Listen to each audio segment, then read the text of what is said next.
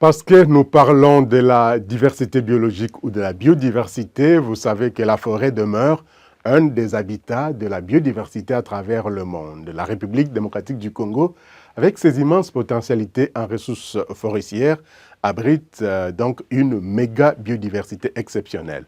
Mais comment ces ressources forestières sont gérées? Peut-on parler d'une gestion durable des forêts congolaises ou carrément de la gouvernance forestière en République démocratique du Congo?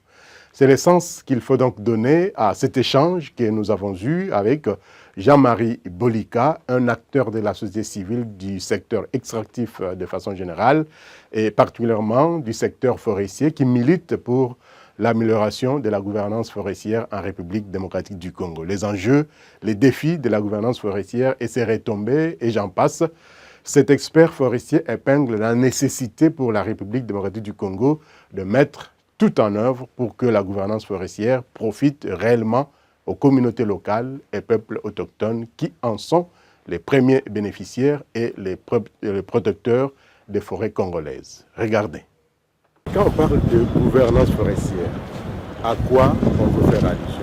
Si nous voulons nous focaliser sur le contexte forestier ou le cas dont vous faites allusion maintenant, il faut prendre en compte la manière dont les parties prenantes prennent des décisions de manière concertée et les adoptent pour une application contraignante des ressources forestières. Mais aujourd'hui, la gouvernance forestière a des piliers qui sont la transparence, l'équité, la redevabilité, ainsi de suite. Donc, dans le contexte de la RDC, le Code forestier de 2002 a reconnu l'importance de cette gouvernance forestière en reconnaissant la prise en compte de toutes les parties prenantes. L'État, disons l'administration, le secteur privé, la société civile et les minorités, communautés locales et peuples autochtones. Donc, c'est vraiment acté clairement qu'on ne peut pas prendre des décisions du secteur forêt et environnement sans prendre en compte les avis et considérations de toutes ces parties prenantes. Il y a des lois, il y a un cadre réglementaire de plusieurs mesures d'application du code forestier et aussi il y a une participation des acteurs clés dans tous les processus, que ce soit la foresterie communautaire, le RED+, que ce soit la révision des anciens titres, la conversion, tous ces processus-là, la société civile a été prise en compte, le secteur privé a été impliqué, y compris l'administration. Lorsqu'on parle de la gouvernance forestière, derrière se cache la gestion durable des ressources. Donc, on ne peut pas parler, on ne peut pas mettre en place tous ces acteurs sans que, au finish, il y ait un cadre qui encadre la gestion durable de ces ressources-là. C'est ça ce qui se cache derrière. Donc, les acteurs se réunissent pour mettre en place des mécanismes qui permettent à ce que les ressources forestières soient gérées durablement. Au profit, ce qu'on parle de durablement, c'est-à-dire au profit des générations présentes et futures. Avec ces 155 millions d'hectares de forêts, est-ce que nous pouvons dire que la gouvernance forestière, la gestion durable des ressources forestières de la RDC contribue réellement à cet objectif d'un pays aux grands enjeux? La gouvernance, c'est un processus. Mais il y a eu suffisamment d'efforts qui ont été vraiment faits au niveau de la production du cadre légal et réglementaire, mais il y a vraiment des problèmes au niveau de l'application du cadre qui a été mis en place. Ça veut dire que l'exécution, l'application de ces mesures n'a pas suivi, ne continue pas à suivre jusqu'à aujourd'hui. Je ne peux pas mâcher les mots là-dessus. Nous sommes allés depuis la revue légale, le nouveau code, on a eu des mesures d'application, mais aujourd'hui, il y a certains secteurs qui tâtonnent, qui ont reculé même. Si nous avons un cadre légal qui est mis en place, mais on a besoin du personnel pour l'appliquer, n'est-ce pas? On vous dit, au niveau du ministère de l'Environnement, Développement durable, on a des directions qui ont la responsabilité de la gestion de la forêt et même de la biodiversité, n'est-ce pas? Mais aussi, il y a d'autres acteurs ou d'autres services qui sont censés accompagner toutes ces directions pour assainir le secteur. Ou alors, et c'est là où le problème se pose, c'est-à-dire que l'application ne suit pas par rapport à toutes les séries de mesures qui ont été mises en place. Je vais vous donner un exemple. Depuis que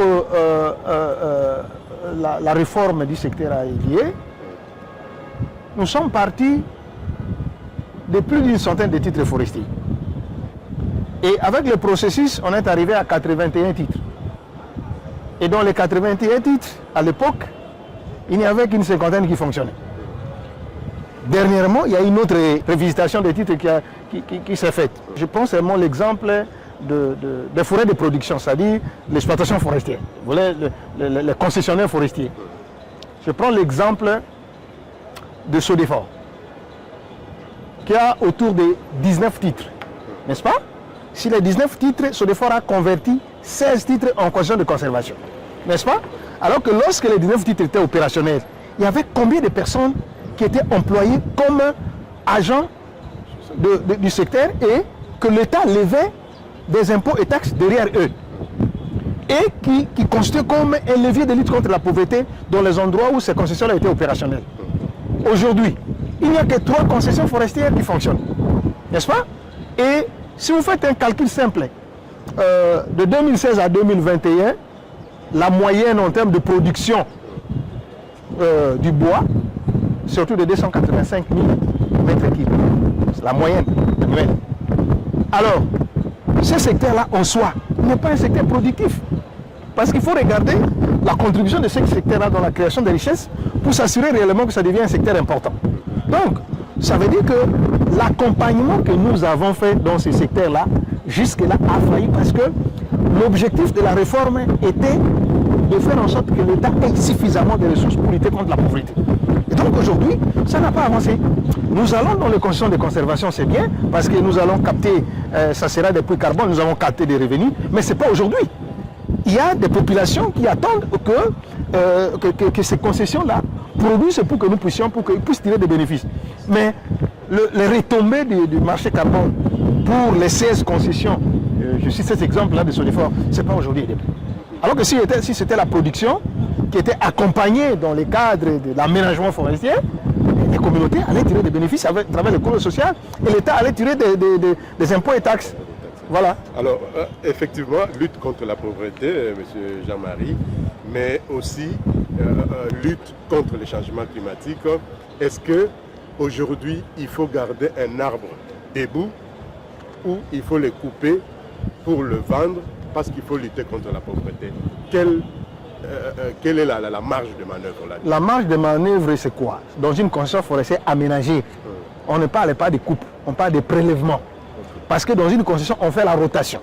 C'est-à-dire que dans un bloc quinquennat de 5 ans, on prélève les essences qui sont prélevables. Et à la 25e année, on va revenir dans le premier bloc. Donc, il y a une gestion durable.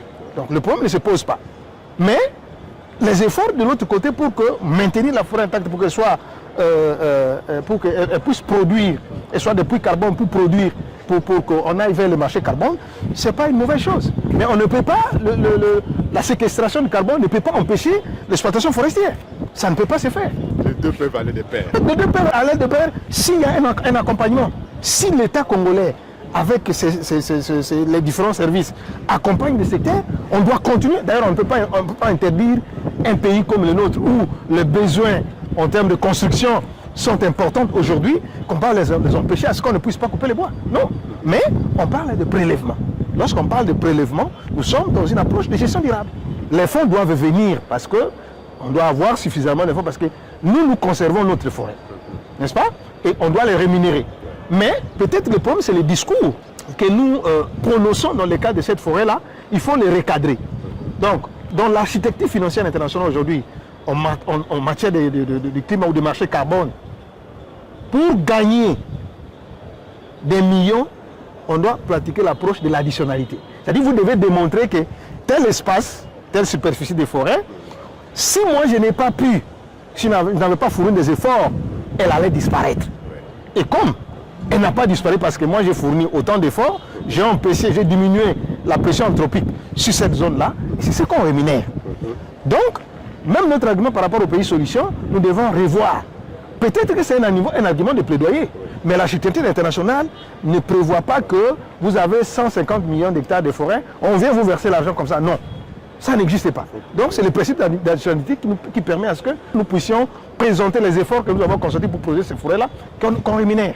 Monsieur Jean-Marie, on va terminer avec cet entretien. Gestion durable des ressources forestières de la République démocratique du Congo. Des enjeux, il y en a, des défis, il y en a également. Mais que dire à tous ceux qui vous suivent pour qu'ils comprennent que la gestion durable des ressources forestières peut apporter un peu plus à notre pays? Elle sera durable lorsque nous allons effectivement appliquer les mesures. Et j'ai dit que la responsabilité pour l'application des mesures revient à l'État congolais. Ça, je l'ai dit et je continue à le dire.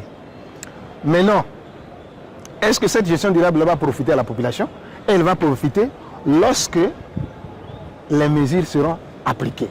Mais il y a une chose, on doit toujours garder l'espoir, on doit faire confiance à ceux qui nous gèrent, parce que nous n'avons pas d'autres autorités. Nous avons les mêmes autorités.